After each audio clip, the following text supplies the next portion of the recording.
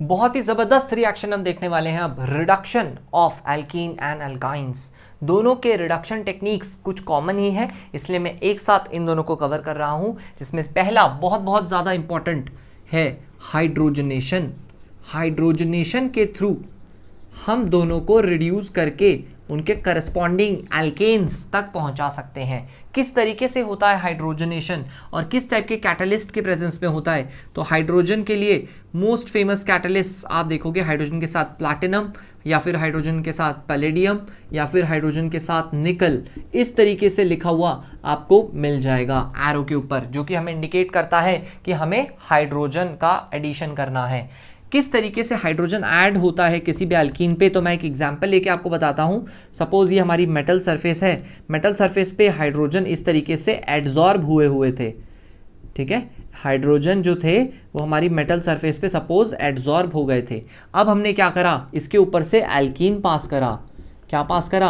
Alkene पास करा। जैसे ही मैं इसके ऊपर से एल्कीन पास करूंगा, क्या होने वाला है, यहाँ से हाइड्रोजन जाके ऐसे ऐसे करके जुड़ जाएगा इस पाई बॉन्ड को तोड़ता हुआ, है ना। इस पाई बॉन्ड को तोड़ता हुआ दोनों हाइड्रोजन सेम साइड से जाके अटैक कर देंगे और जुड़ जाएंगे। जब दोनों सेम साइड से जुड़ रहे हैं, इसका मतलब इसकी जो मैकेनिज्म है क्या कहलाएगी? इसकी जो मैकेनिज्म है वो कहलाएगी सिन एडिशन। तो हाइड्रोजनेशन कैसा एडिशन होता है? It is a syn addition. दोनों हाइड्रोजन जो है वो सेम साइड से जाके जुड़ जाते हैं। क्लियर है भाई? सेम साइड से दोनों हाइड्रोजन जाके जुड़ जाएंगे। अच्छा, तो अगर सेम साइड से जुड़ जाएंगे तो किन बातों पे फर्क पड़ता है कि किस तरीके से ये हाइड्रोजनेशन होगा या किस रेट से ये हाइड्रोजनेशन होगा? भाई ये हाइड्रोजनेशन का रेट काफ़ी हद तक डिपेंड करेगा कि इसके आसपास आप बोल सकते हो जितनी ज़्यादा हिंड्रेंस होगी उतना ही मुश्किल होगा इस हाइड्रोजन को ऐड करना।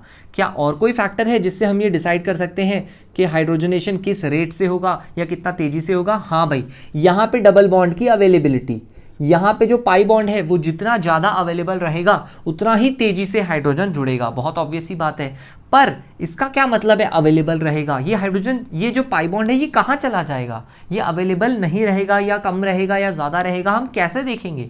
तो देखो इसको हम कैसे देख सकते हैं, इसके लिए भी मैं आपको एक एग्जाम्पल लेके बता रहा हूँ। जैसे सपोज मेरे पास ये है CH3 CH double bond CH2, एक ये एल्कीन लिया है मैंने और एक दूसरा एल्कीन लिया है CH3 CH double bond CH single bond CH3। इन दोनों एल्कीन्स में से अगर ये पूछा जाए कि हाइड्रोजनेशन फास्टर किसमें होगी, तो हमें जैसे कि मैंने बोला कि आपको ये देखना है कि डबल बॉन्ड कहाँ ज़्यादा अवेलेबल है, वहीं ज़्यादा हाइड्रोजनेशन होगा। तो ये डबल बॉन्ड क्यों जा रहा है और कहाँ जा रहा है, ध्यान से देखो। इस डबल बॉन्ड का पड़ोसी कार्बन इज अल्फा कार्बन, इसके पास है 3 हाइड्रोजन, जिसकी वजह से ये 3 हाइपर कॉन्जुगेटिंग स्ट्रक्चर्स बनाएगा।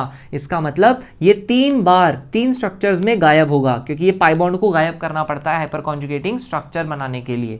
सिमिलरली अगर मैं इस पाई बॉन्ड की बात करूं, इस पाई बॉन्ड के लिए तो 2-2 अल्फा कार्बन है, और अगर 2-2 अल्फा कार्बन है तो टोटल मिला के 6 हाइड्रोजन ऐसे हैं जिनमें ये पाई बॉन्ड हाइपर कॉन्जुगेशन में जा सकता है। यानी 6 स्ट्रक्चर्स ऐसे होंगे जिसमें ये पाई बॉन्ड यहां से गायब हो जाएगा, और जितना कम यहाँ पे पाई बॉन्ड होगा उतना ही कम हाइड्रोजनेशन होगा, उतनी ही कम एनर्जी रिलीज होगी बिकॉज ऑफ हाइड्रोजनेशन, जिसको हम हीट ऑफ हाइड्रोजनेशन भी कहते हैं। तो यानी कि मैं बोल सकता हूं कि ये डबल बॉन्ड जितना ज्यादा स्टेबिलाईज होगा उतना ही कम हीट ऑफ हाइड्रोजनेशन होगा। बिल्कुल सही। तो यहाँ पे मैं सीधा सीधा ये कंक्लूजन दे रहा हूं कि जो हीट ऑफ हाइड्रोजनेशन होता है, हीट ऑफ जो हाइड्रोजनेशन होता है, जो हीट ऑफ हाइड्रोजनेशन होता है, it is inversely proportional to the stability of alkene. It is inversely proportional to the stability of alkene. किसी भी डबल बॉन्ड की आप स्टेबिलिटी अगर चेक कर रहे हो, जैसे ये ज़्यादा स्टेबल है बिकॉज ऑफ 6 हाइपर कॉन्जुगेशन, और ये है इसमें सिर्फ 3 हाइपर कॉन्जुगेशन है, तो क्योंकि ये ज़्यादा स्टेबल है तो ये पाई बॉन्ड लेस अवेलेबल रहेगा यहाँ पे फॉर हाइड्रोजनेशन, इसलिए लेस एनर्जी रिलीज होगी।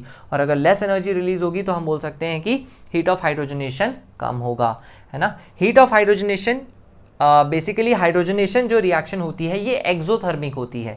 एक्सोथर्मिक रिएक्शन मतलब एनर्जी रिलीज होती है इस प्रोसेस में। अरे भाई क्यों एनर्जी क्यों रिलीज होती है? क्योंकि आप देखो बेटा, इस प्रोसेस में कर क्या रहे हो, एक पाई बॉन्ड तोड़ रहे हो और 2 सिग्मा बॉन्ड जोड़ रहे हो। Sigma bonds are comparatively very much stronger as compare to the pi bonds. तो अगर आप एक पाई बॉन्ड तोड़ के कंपाउंड में 2 सिग्मा बॉन्ड जोड़ रहे हो तो एहसान कर रहे हो आप उस कंपाउंड पर। क्लियर है? तो ऑब्वियस सी बात है एनर्जी को रिलीज होना ही चाहिए था।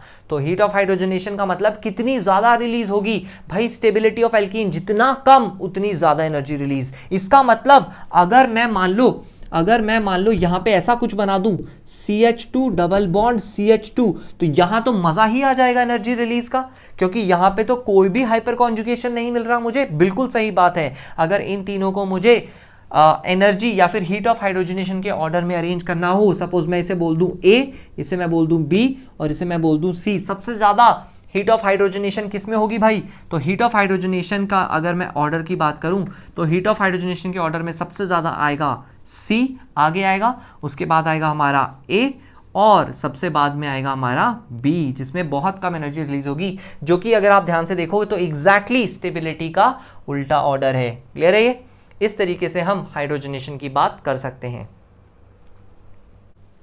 हाँ बेटा, हाइड्रोजनेशन पे एक क्वेश्चन देखते हैं, है ना, छोटा सा एक क्वेश्चन देखते हैं, देखना। जैसे सपोज मैंने यहाँ पे बेंजीन रिंग बना दी है, बेंजीन रिंग नहीं, सपोज मैंने यहाँ पे सिर्फ एक पाई बॉन्ड बनाया है, एक मैंने यहाँ पे बॉन्ड निकाल दिया और इस तरीके से मैंने यहाँ पे एक पाई बॉन्ड बनाया है। इस तरीके से आपको 2 पाई बॉन्ड दिख रहे हैं और सपोज इसके ऊपर लिखा गया है 1 इक्विवेलेंट हाइड्रोजन। अगर 1 इक्विवेलेंट हाइड्रोजन लिखा गया है इन प्रेजेंस ऑफ निकल, तो आप क्या करोगे इस केस में?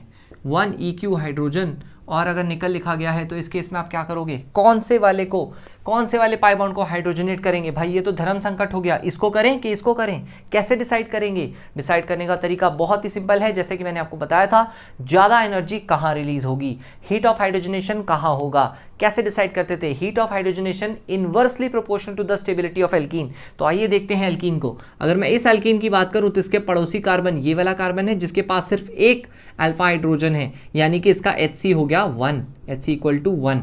जबकि अगर मैं इस पाई बॉन्ड की बात करूं तो इस पाई बॉन्ड के लिए तो ये अल्फा कार्बन है, ये अल्फा कार्बन है, ये भी अल्फा कार्बन है 3, यहां से 2 हाइड्रोजन 5 और 5 और 2 7। भाई इसके पास तो HC equal to 7, 7 hyperconjugation. ये तो हो गया जबरदस्त स्टेबल हो गया ये, जबकि ये बेचारा अनस्टेबल रह गया। और जो डबल बॉन्ड अनस्टेबल रह जाता है उसका होगा ज्यादा हाइड्रोजनेशन, क्योंकि वो पाई बॉन्ड वहां अवेलेबल रहेगा, वो हाइपर कॉन्जुगेशन में नहीं जाएगा, तो ज्यादा से ज्यादा हाइड्रोजन इसे हाइड्रोजनेट कर पाएगा और इसे HH देने के बाद इसका करस्पॉन्डिंग एल्केन जो आपको बनता हुआ दिखाई देगा वो होगा इस तरफ। यहां पे आपको सीधा सीधा पाई बॉन्ड और ये इस तरीके से मिथाइल ग्रुप जुड़ा हुआ दिख जाएगा।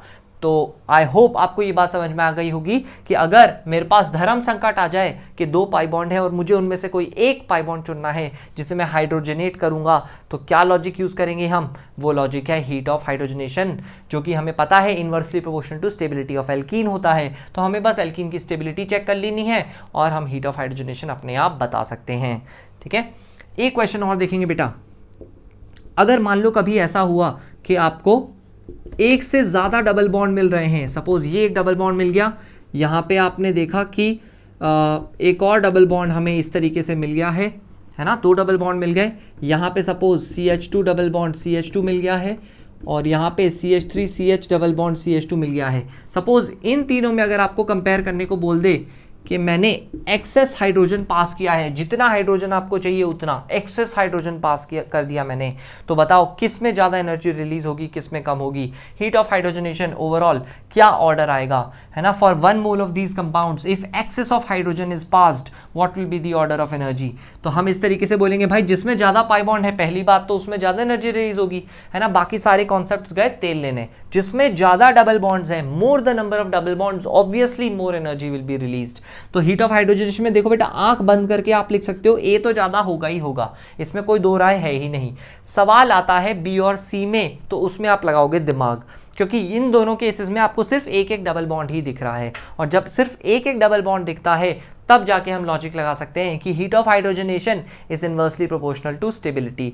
और अगर heat of hydrogenation inversely proportional to stability है तो ये लेस स्टेबल है, इसलिए इसके केस में ज्यादा एनर्जी रिलीज होगी, यानी हीट ऑफ हाइड्रोजनेशन इसका ज्यादा होगा, followed by C. So this will be the order. तो सबसे पहली चीज हीट ऑफ हाइड्रोजनेशन हमें देखनी है मोर नंबर ऑफ पाई बॉन्ड, जिसमें ज्यादा पाई बॉन्ड है उसमें ज्यादा एनर्जी रिलीज होगी, उसमें कोई दो राय नहीं है, ठीक है। अगर पाई बॉन्ड्स इक्वल हैं वहां पे जाके आप लॉजिक लगाओगे कि heat of hydrogenation is inversely proportional to the stability of alkene. ये दो छोटे छोटे क्वेश्चंस थे जो आपको जो कॉन्सेप्चुअली काफी इंपॉर्टेंट है, जिनमें आप गलतियां अक्सर कर देते हो, है ना। तो इन बातों का थोड़ा ध्यान रखना बेटा, है ना। जब तक डबल बॉन्ड्स हमें ज़्यादा मिल रहे हैं तब तक हमें लॉजिक वॉजिक कुछ नहीं लगाना, सीधा ज़्यादा पाई बॉन्ड तो ज़्यादा हाइड्रोजनेशन, ज़्यादा एनर्जी रिलीज, बात खत्म, ठीक है। अच्छा, एक इंपॉर्टेंट बात, अल्कीन एंड अल्काइन में मैंने रिडक्शन लिखा था और मैंने हाइड्रोजनेशन अभी तक आपको अल्काइन में बताया नहीं है। तो अल्काइन में अगर मैं बात करूं कि ज़्यादा हाइड्रोजनेशन अल्कीन में होगा या अल्काइन में होगा, अगर मैं बात करूं 1 मोल अगर मैं अल्काइन का लेता हूं उसमें एक्सेस हाइड्रोजन पास कर देता हूं तो ऑब्वियस ही बात है उसमें दो डबल बॉन्ड हैं तो ज़्यादा एनर्जी रिलीज होगी। दूसरी बात, अगर मैं पर पाई बॉन्ड भी बात करूं तो वो लीनियर होता है, हमारा जो अल्काइन होगा वो अल्काइन कैसा होता है देखना ध्यान से। अगर मैं ये अल्काइन लूं तो अल्काइन जो होता है हमारा वो लीनियर सा होता है। लीनियर होने की वजह से हाइड्रोजन का जो एडिशन है वो काफी आसान हो जाता है, इसलिए हम बोलते हैं कि alkynes have better heat of hydrogenation,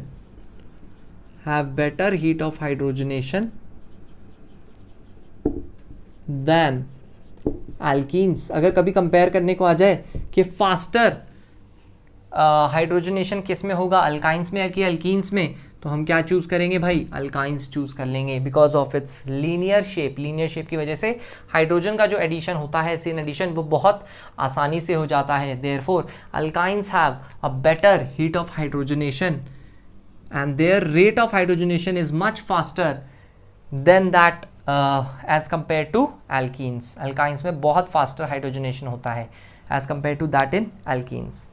I hope this much is clear. तो यहाँ पे हमारा कंप्लीट हो जाता है हाइड्रोजनेशन का टॉपिक, जो कि हमारा reduction of alkene and alkynes का फर्स्ट पार्ट था।